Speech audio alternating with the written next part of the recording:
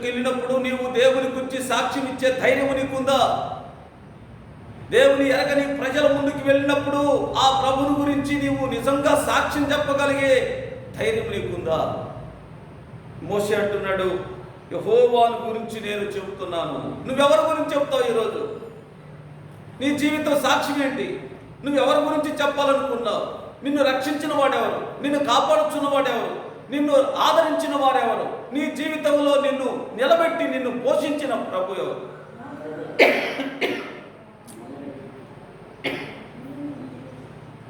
అందుకనే 3వ వచనాన్ని మనం చూసుకున్నట్లయితే, వేటగాని ఉరిలో నుండి ఆయన నన్ను విడిపించును. వేటగాని ఉరిలో నుండి ఆయన నన్ను విడిపించును. వేటగాడు ఎందుకు వస్తాడండి? వేటగాడు ఎందుకు వస్తాడు? వేటాడటానికి వస్తాడు. వేటగాడు ఎక్కడికి వస్తాడు? టౌన్లోకి వస్తాడా? సిటీలో ఉంటాడా? వేటగాడు ఎవరిని వేటాడుతుంటాడు? పక్షుల్ని వేటాడుతుంటాడు, జంతువుల్ని వేటాడుతుంటాడు. ఎందుకంటే అడవికి వెళ్ళి అడవిలో ఉన్నటువంటి జంతువులను వేటాడి వాటిని చంపి వాటి మాంసములు తినడానికి వస్తాడు. వేటగాడు వేటాడటానికి వస్తాడు. వేటగాడు గురి పెట్టడానికి వస్తాడు. లోకములో ఉన్న వేటగాడు కూడా ఎవరంటే అపవాది యగు సాతాను. వేటగాని ఉరిలో నుండి ఆయన నన్ను విడిపించును. లోకంలో వేటగాడు ఉన్నాడు, వేటాడుతున్నాడు. గర్జించు సింహం వలె నేను ఎవరిని మింగుతున్నాని ప్రతి దినము కూడా ఈ అపవాది అగు సాతానుడు వేటగాడు వలె ఉన్నాడు, వేటాడుతున్నాడు. ఏ క్షణంలో ఎవరిని వశపరుచుకోవాలన్నా, ఏ దినమున ఎవరిని పాడు చేయాలన్నా, ఏ దినమున ఎవరి జీవితంలో నాశనము పుట్టించాలన్నా, నరకములోకి నెట్టివేయాలన్నా అపవాది పొంచి ఉన్నాడు, దుష్టుడు పొంచి ఉన్నాడు. అందుకే వేటగాడు వేటాడటానికి వస్తాడు. లోకములో తిరుగుతూ ఉన్నాడు వేటగాడు, వేటాడుతూ ఉన్నాడు. ఏ ఆత్మను నశింప చేయాలని, ఏ ఆత్మను లయపరచాలని, ఏ ఆత్మ అయితే ఆత్మీయంగా దేవునిలో ఎదుగుతున్నదో, ఎవరైతే దేవునిలో బలపడుతున్నారో, ఎవరైతే దేవుని సన్నిధికి సమీపంగా ఉంటూ దేవుని బిడ్డలుగా విశ్వాసంలో ఎదుగుతున్నారో వారందరినీ కూడాను ఏమాత్రము దేవుని బిడ్డలుగా ఉండనీయకుండా చేయాలని వేటగాడు వేటాడుతూ బాణాలు విసురుతూ ఉన్నాడు. శ్రమలనే బాణాలను విసురుతున్నాడు. అనారోగ్యం అనే బాణాలు విసురుతూ ఉన్నాడు. ఆర్థిక సమస్య అనే బాణములు విసురుతూ ఉన్నాడు. నీ మీదకి అనేకమైన బాణాలు సాతానుడు విసురుతూ ఉంటాడు వేటగాడు.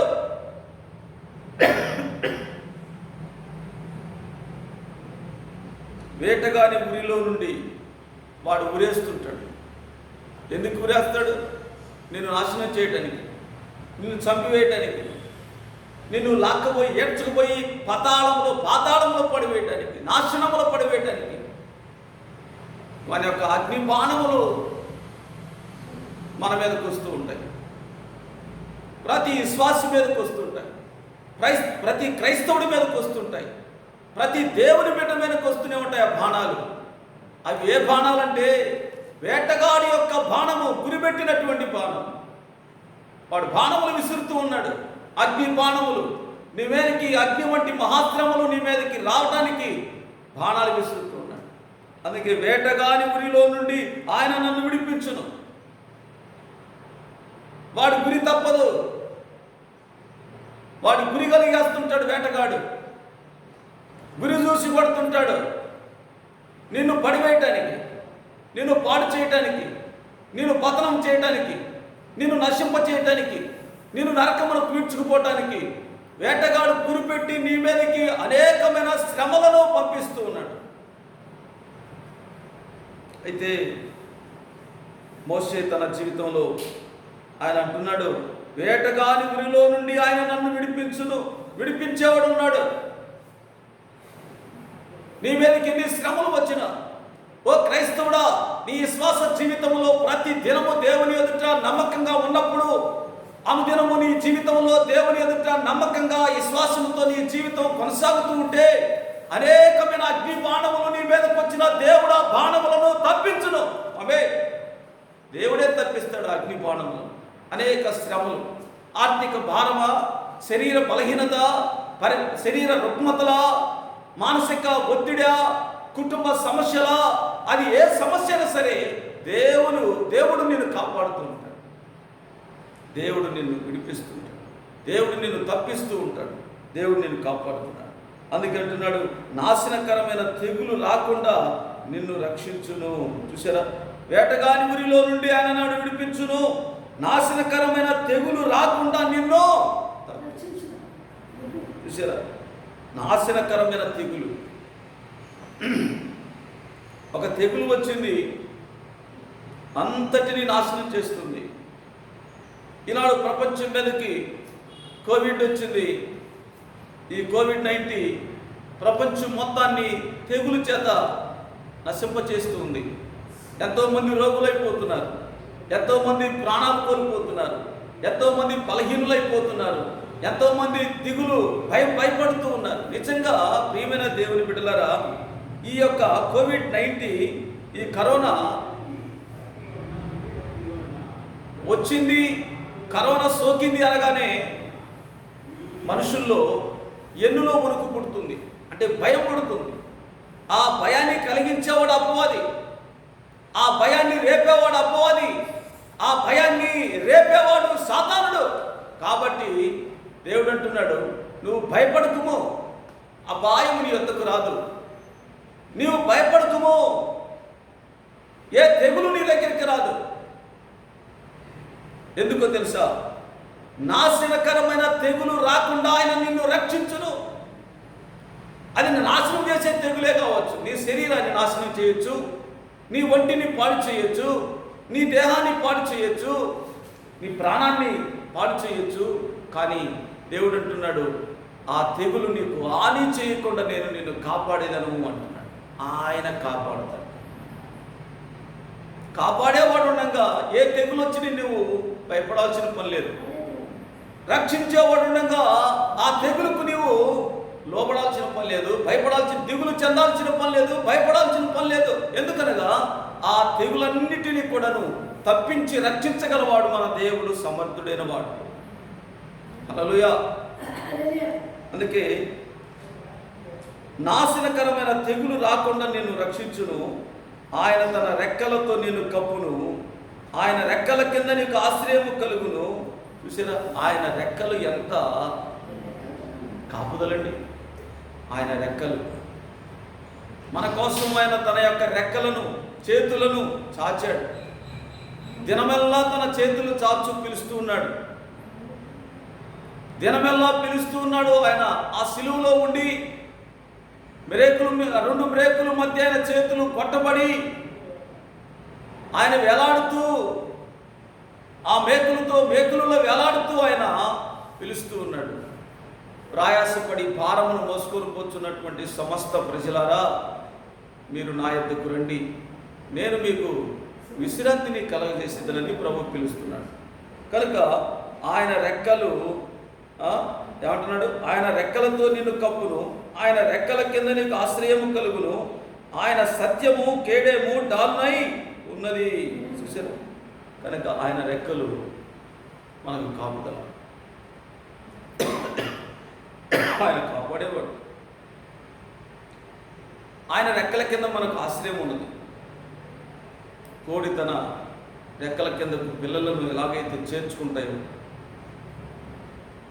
కోడి వర్షం వచ్చినప్పుడు అపాయం ఆ సమీపంలో ఉన్నప్పుడు ఆ పిల్లలను కేకలు పెట్టి ఆ పిల్లలను క్యావని పిలిచి ఆ యొక్క కోడి తన యొక్క రెక్కల కిందకి పిల్లలను చేర్చుకొని కప్పుతూ ఉంది. అలాగనే దేవుడు కూడా, ప్రభు కూడా ఆయన రెక్కల కిందకి మనలను చేర్చుకుంటాడు. నీవు నిజంగా ఆయన పిలుపు విని, ఆయన మాట విని, ఆయన ఆజ్ఞ విని, ఆయన మాటకు, ఆయన ఆజ్ఞకు లోబడి ఆయన సన్నిధికి వస్తే, ఆయన రెక్కల కిందకు వస్తే నీకు అపాయం లేదు, నీకే ప్రమాదం లేదు, ఏ తెగులు నుండి కూడా నువ్వు భయపడాల్సిన పని లేదు, ఏ అపాయం నుండి కూడా నువ్వు భయపడాల్సిన పని లేదు. ఎందుకో తెలుసా, ఆయన రెక్కల నుండి నీకు కాపుదల ఉన్నది. ఆయన రెక్కల కింద నీకు ఆశ్రయం ఉన్నది, కాపుదల ఉన్నది. అందుకే అంటున్నాడు, రాత్రి వేళ కలుగు భయముకైనను, పగటి వేళ ఎగురు బాణముకైనను, చీకటిలో సంచరించు తెగులుకైనను, మధ్యాహ్నమందు పాడు చేయు రోగముకైనను నీవు భయపడకుందువు. అవును, నీవు భయపడకుందువు.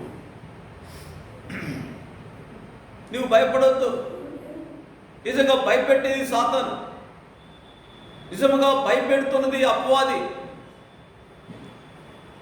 అప్పటికప్పుడే భయము, అప్పటికప్పుడే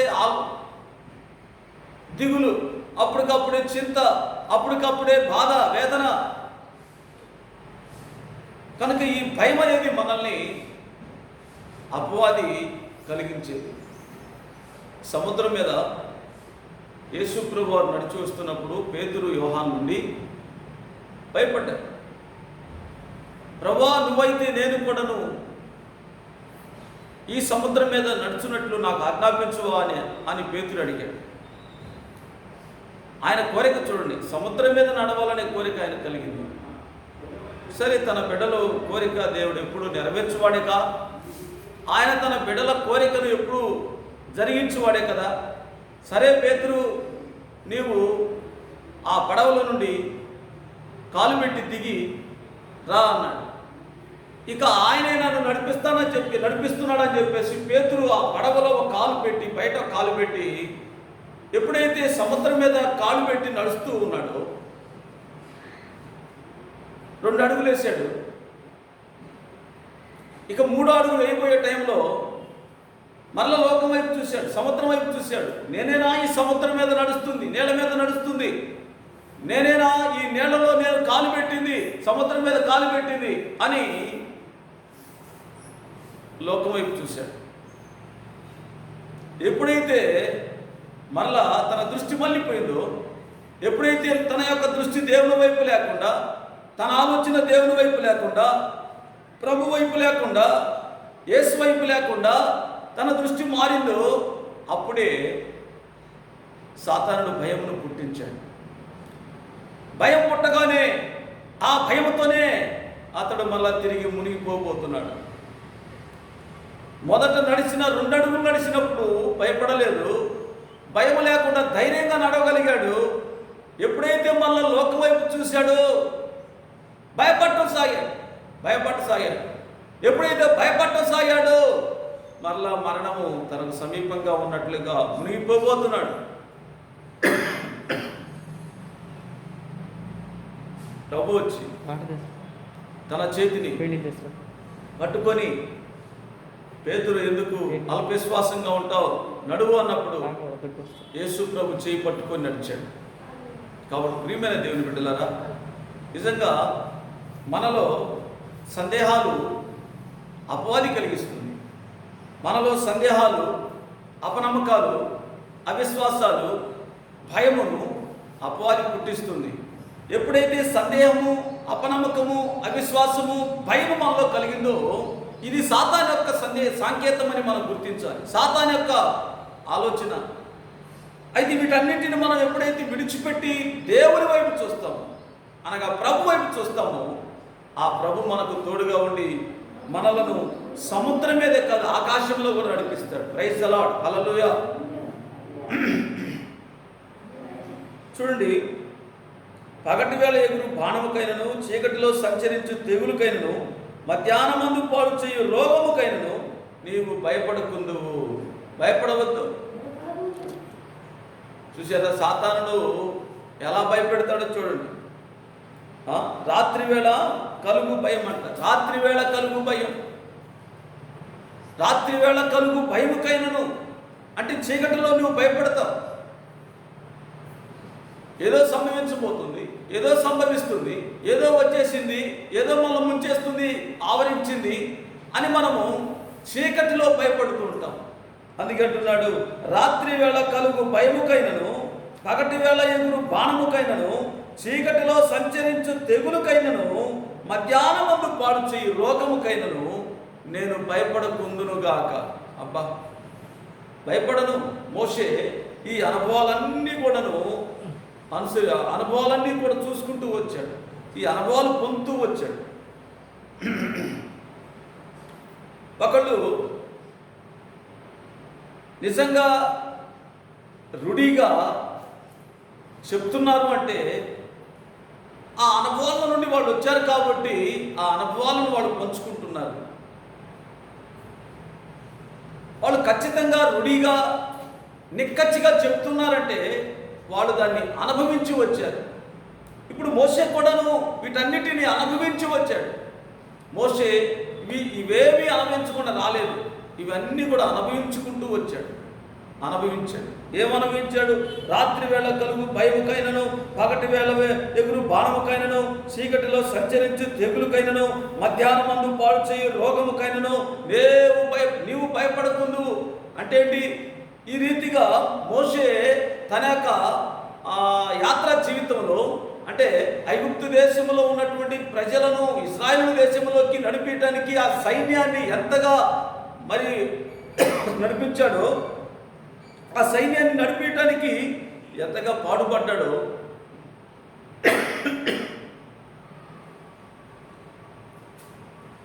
సైన్యాన్ని నడిపించడానికి ఎంతగా పాటుపడ్డాడో ఈ అనుభవాలన్నీ కూడా మోషే కలిగి ఉన్నాడు. ఆయన అనుభవాలన్నీ కూడా ఇప్పుడు మనకు తెలియపరుస్తున్నాడు. మధ్యాహ్నమందు పాడు చేయి రోగముకైనా నువ్వు భయపడకుందువు, నీ పక్కన 1000 మంది పడినను, నీ కుడి పక్క 10,000 మంది కూలిన అపాయము నీ యొద్దకు రాదు. అపాయం రాదు.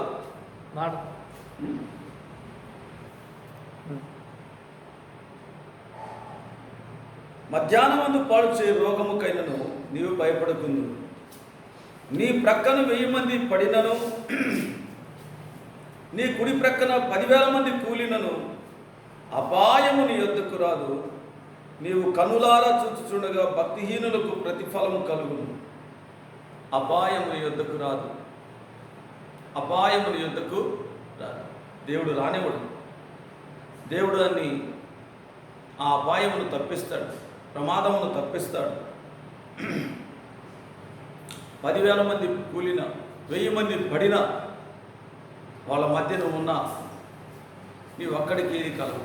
ఎందుకు తెలుసా? నీవు దేవుని నమ్మావు కాబట్టి, దేవుని బిడ్డగా ఉన్నావు కాబట్టి, దేవుని అనుసరిస్తూ ఉన్నావు కాబట్టి, దేవునితో కలిసి నీ జీవితం ఆత్మీయంగా జీవించబడుతుంది కాబట్టి, ప్రభువుతో ఉన్న నీ జీవితం, ప్రభువులో ఉన్న నీ జీవితం ఏ అపాయమునకు భయపడాల్సిన పని లేదు. దేవుడి మాటలను దీవించునుగాక, మనందరి జీవితంలో మరి ఇది ఫలించునుగాక. ఆమె ప్రార్థన చేసుకుందాం. ఉన్నాయి దయగల మా తండ్రి, ప్రేమగల ప్రభువా, మీ ఘననామానికి వందనాలు, స్తోత్రములు, స్తుతులు చెల్లిస్తున్నాము నాయన. ఈ పునరుద్ధాన దినము, ఆదివారము, ఆరాధన దినముగా నీ సన్నిధికి వచ్చినటువంటి మమ్మలను మీరు జ్ఞాపకం చేసుకోండి. కీర్తనాకారుడు నాయన మరి మాకు తెలియపరిచినటువంటి తన యొక్క జీవిత అనుభవాలను ప్రభు మేము తెలుసుకొని ఉన్నాము. నిజంగా మా జీవితంలో కూడా ఎన్నో అనుభవాలు, ఇలాంటి పరిస్థితులు ఉన్నాయి దేవా. శ్రమలు, శోధనలు, బాధలు, వేదనలు, కరువు కాటకాలు, హింసలతో కూడిన బాధలు ఎన్నో ఉన్నాయి మా ముందు. ఇలాంటి పరిస్థితులు మా ముందు ఉన్నప్పటికీ దేవా, ఇవన్నీ ఎంచదగినవి కాదు. ఎందుకంటే నాయన మా కోసం మీరు ఎంతగానో నలిగిపోయారు. మీరు పడిన శ్రమలో, మీరు పడినటువంటి ఆ వేదనలో, బాధలలో, కష్టాలలో మేము ఈ లోకంలో ఏమీ పడటం లేదు. కేవలము నాయన మా మటుకు మేమే ఈ జీవితాన్ని బ్రతుకుతున్నాం. అయితే మీ కొరకు మేము శ్రమపడాలి, మీ రాజ్య వ్యాప్తి కొరకు మేము శ్రమపడాలి నైనా. మీ యొక్క స్వార్థ ప్రకటించు వారమై మేము శ్రమపడాలి, మీ రాజ్య వ్యాప్తి కొరకు మేము పాటుపడాలి. అటువంటి శ్రమలలో పాలువారమై, అటువంటి శ్రమలలో మేము పాలువారంగా, నీ రాజ్య వ్యాప్తి కొరకై మేము పాటుపడే వారంగా మమ్మల్ని మీరు ఆశీర్వదించమని ప్రార్థిస్తున్నాం దేవా. లోకంలో శ్రమలు ఉన్నప్పటికీ, లోకంలో బాధలు, వేదనలు, తెగుళ్ళు ఉన్నప్పటికీ వీటన్నిటి నుండి తప్పించగల ఏకైక దేవుడు మాకు మీరున్నారు ప్రభు. అందును బట్టి మీకు స్తోత్రములు, స్తుతులు చెల్లిస్తున్నాము నాయన. ఈ మధ్యాహ్న వేళ మీ పాద సన్నిధికి వచ్చిన మమ్మలను మీరు జ్ఞాపకం చేసుకోండి. బలపరచండి, ఆదరించండి. ఈ వాక్యము ధ్యానించి ఉండగా నాయన చెప్పబడిన వాక్యము నాయనా మరి అనేక హృదయాలను ప్రభు మీరు సిద్ధపరుస్తూ నీ రాజ్య వ్యాప్తి కొరకై ఆత్మల భారం కలిగి ఆత్మ రక్షించమని ప్రార్థిస్తున్నాం ప్రభా. మీకు ముఖ్యంగా మరి ఈ సమయంలో దేవా మీ మాటలు విన్న ప్రతి ఒక్క హృదయాలు మీరు దీవించి ఆస్వాదించుకున్నారు. మహిమా ఘనత ప్రభువులు ఆరోపించుకుంటూ యేసయ్య పుణ్యనామములో ప్రార్థించి వేడుకొనుచున్నాం తండ్రి. ఆమేన్.